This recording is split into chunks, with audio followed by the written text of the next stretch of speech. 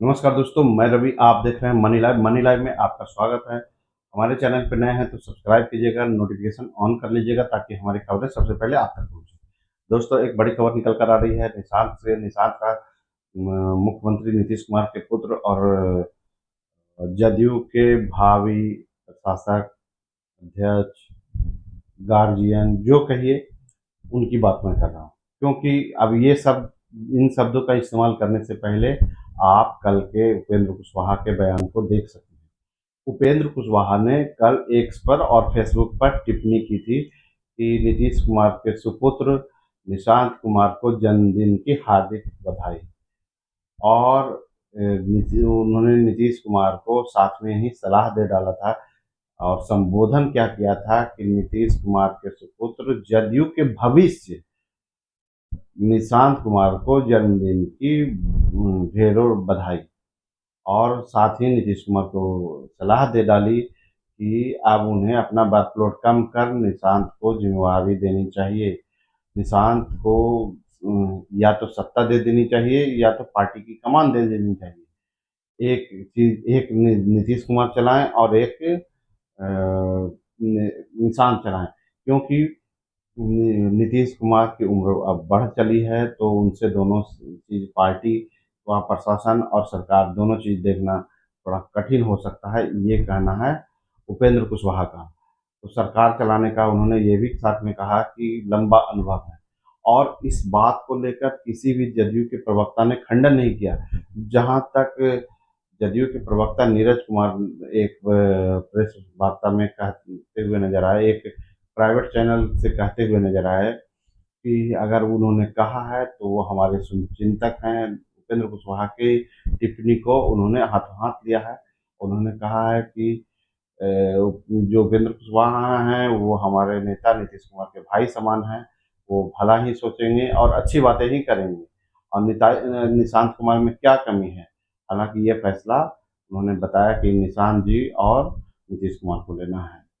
तो और उन्होंने साथ ही ये कहा कि नीतीश कुमार कब फैसला ले लें ये कोई नहीं जानता, उनके पड़ोसी भी नहीं जानता, उनके घर का आदमी भी नहीं जानता। तो निशांत के आने की खबरें फिर से चल पड़ी हैं। और एक बात और, निशांत कुमार से जुड़ी एक और खबर आ रही है दोस्तों कि निशांत कुमार के विधानसभा चुनाव से पहले जदयू में शामिल होंगे और वो विधानसभा चुनाव भी लड़ने जा रहे हैं। निशांत जो है विधानसभा चुनाव भी लड़ने की तैयारी कर रहे हैं। 3 सीटों पर चर्चा चल रही है उनकी। नालंदा के 3 सीटों पर चर्चा चल रही है, इस्लामपुर विधानसभा, अस्थावा विधानसभा और हरनौत विधानसभा। इस्लामपुर विधानसभा फिर से याद सुन लीजिए, इस्लामपुर विधानसभा, अस्थामा विधानसभा और हरनौत विधानसभा, जिसमें हरनौत से लड़ने की सबसे ज़्यादा संभावना है। उसके अलावा उन्हें अस्थामा और इस्लामपुर से भी चुनाव लड़ने के लिए आमंत्रण जा चुका है, निमंत्रण जा चुका है। और ये सुनिश्चित मान लीजिए कि वो केवल नॉमिनेशन करेंगे, चुनाव प्रचार करें या ना करें, उनकी जीत पक्की मानी जा सकती है। क्योंकि जो नीतीश कुमार के किए गए नालंदा में कार्यों की वजह से निशांत की पहली जीत तो पक्की मानी जाएगी। दूसरी बार जब वोट पड़ेगा तब उनके अपने कर्मों पर वोट पड़ेगा। अभी उनके पिता मुख्यमंत्री नीतीश कुमार के द्वारा किए गए विकास कार्यों के आधार पर उन्हें वोट मिलेगा और उस आधार पर उनके जीतने की प्रबल संभावना है। वो नालंदा की किसी भी सीट से लड़ जाएंगे तो वो जीत जाएंगे। लेकिन उनके हरनौत से लड़े जाने की ज़्यादा संभावना है। लेकिन इसके अलावा अस्थामा और इस्लामपुर पर भी विचार विमर्श किया जा रहा है। तो दोस्तों, ये दोनों खबरें बड़ी खबर थी कि जदयू में एंट्री को लेकर जब उपेंद्र कुशवाहा ने कहा है तो उसका किसी भी प्रवक्ता ने जदयू के खंडन नहीं किया। यहाँ तक कि जदयू के मुख्य प्रवक्ता नीरज कुमार ने खंडन न कर उन बातों पर एक तरह से मौन समर्थन ही दिया, पर्दे के पीछे वाले लफ्जों के द्वारा समर्थन दिया है, विरोध नहीं किया है।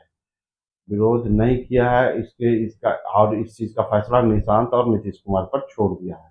ये कहते हुए उन्होंने एक प्राइवेट यूट्यूब चैनल से बात करते हुए उन्होंने कहा। दूसरी बात दोस्तों, निशांत के चुनाव लड़ने की खबर है। नालंदा के 3 सीटों पर विचार विमर्श चल रहा है, हरनौत, अस्थामा और इस्लामपुर। तो देखते हैं आगे क्या करते हैं निशांत, कब पार्टी में शामिल होते हैं, चुनाव लड़ते हैं कि नहीं लड़ते हैं। अपने मुंह बोले चाचा उपेंद्र कुशवाहा की बात को सही करते हैं या नहीं करते हैं, नीतीश कुमार उपेंद्र कुशवाहा की सलाह को मानते हैं या नहीं, ये समय के साथ पता चलेगा, भविष्य के गर्भ में है। आप देख रहे हैं मनी लाइव, मैं हूँ रवि, मिलते हैं अगले न्यूज में नए वीडियो।